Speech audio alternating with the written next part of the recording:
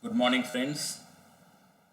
Once again, I welcome you all to this e-learning platform of KTHM College.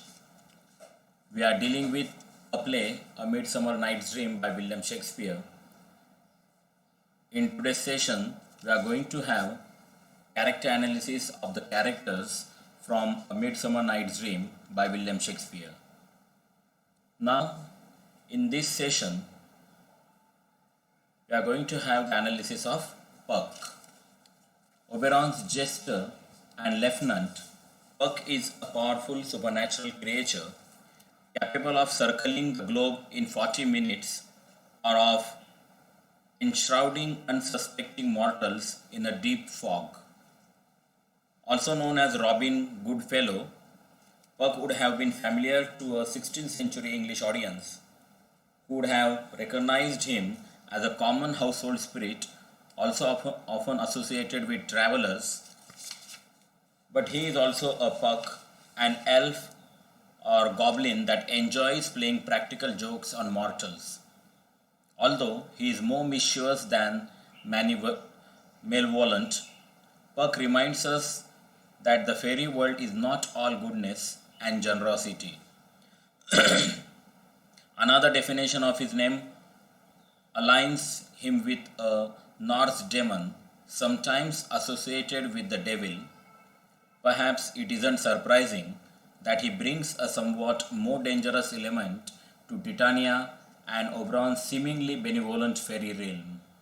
He invokes the damned spirits that wander home to graveyards after a night of evil doing, while Oberon reminds him that his band of fairies are aligned with the morning dew, with sunlight and joy.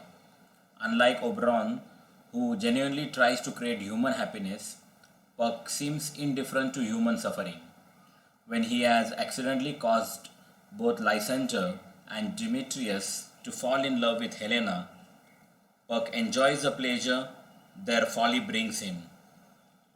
Although he restores the proper lovers to each other, he does so only at Oberon's request, not out of any feelings of remorse. Similarly, Oberon feels repentance for Titania's idiotic love for Bottom, but Puck doesn't. While Oberon and Titania bless the newlyweds in Act 5, Puck reminds the audience of the dangers of the night, graves gaping open and wolves howling at the moon. As a traditional Shakespearean fool, Puck makes us aware of the darker side of life, the underworld realm of shadows and magic, and ultimately death. This is the character analysis of Puck. Now we'll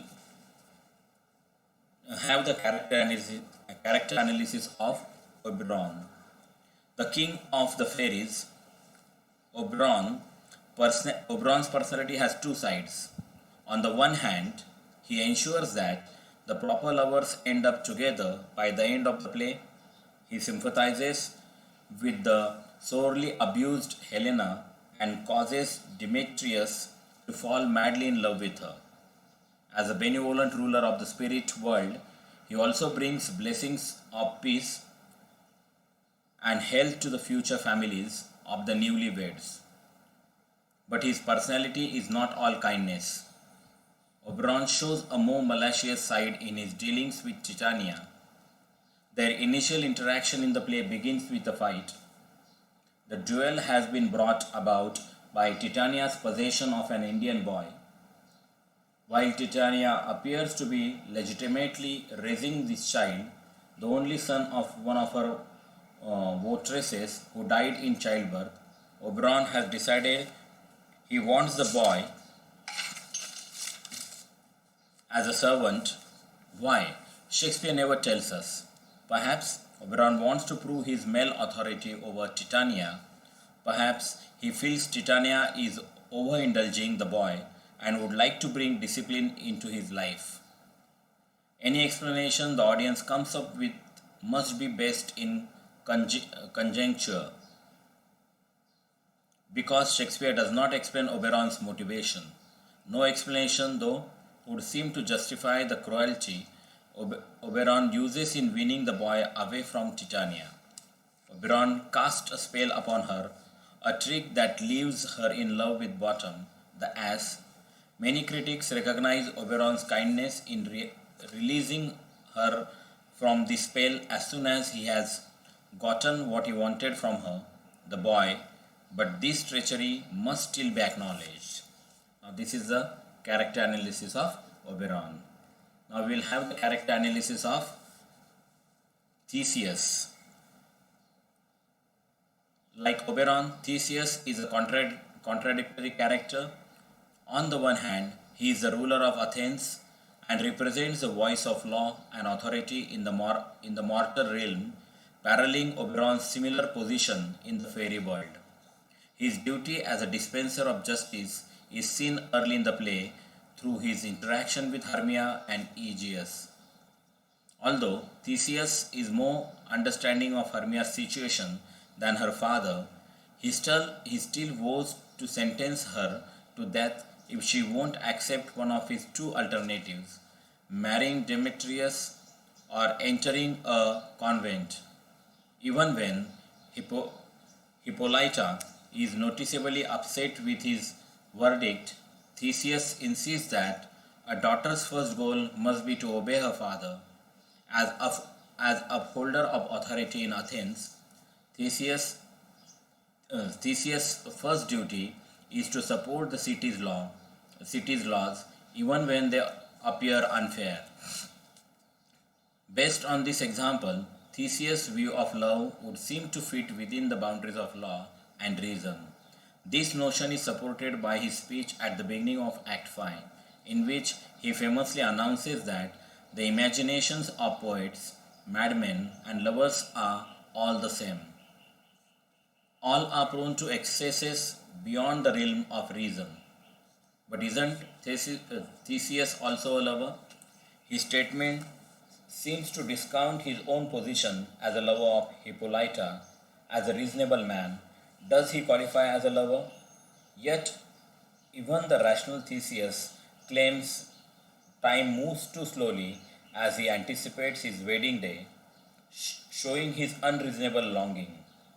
But his love for Hippolyta is not the pure, fresh, freely chosen affection of Hermia and Lysander.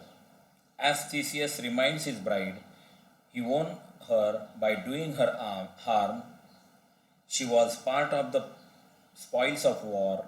In their quarrel, Oberon and Titania tells us this is not the first relationship for either Hippolyta or Theseus. Not only has Theseus' name been linked with Titania's, but he has supposedly ravished and deserted Perigona, Arigen, and Antiope, among others. Similarly, Hippolyta has been the busked mistress of Oberon and has spent time with Hercules and Cadmus. Not lovers in their first bloom, Theseus and Hippolyta offer a picture of more mature love. Theseus' famous speech from Act 5 also appears to denigrate the poet's imaginative faculty by allying him with lovers and madmen. He argues that the poet gives to Ares nothing, a local habitation and a name, a trick performed by strong imaginations. His theory denies the importance of craft and discipline in the creation of art, casting artistic talent as little more than airy fantasy. In choosing a play for the wedding festivities, he does not select the most skillful performers, but those who present their art with simplicity, duty, and modesty. While Hippolyta dislikes the silly performance of the players, Theseus argues that both good and bad actors create but shadows, and the audience must flesh out the performances through their own imaginations. Overall, Theseus' view of imagination minimizes the work of the artist, placing more responsibility on the audience. This is the character analysis of Theseus. In the next lecture, we are going to have discussion on different aspects of a play, A Midsummer Night's Dream by William Shakespeare. Thank you.